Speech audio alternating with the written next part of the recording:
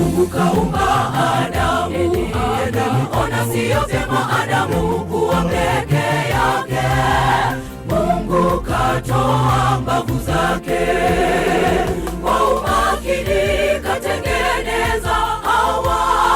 Adamu kwa furaha kasema, nyama ya nyama yangu hataitwa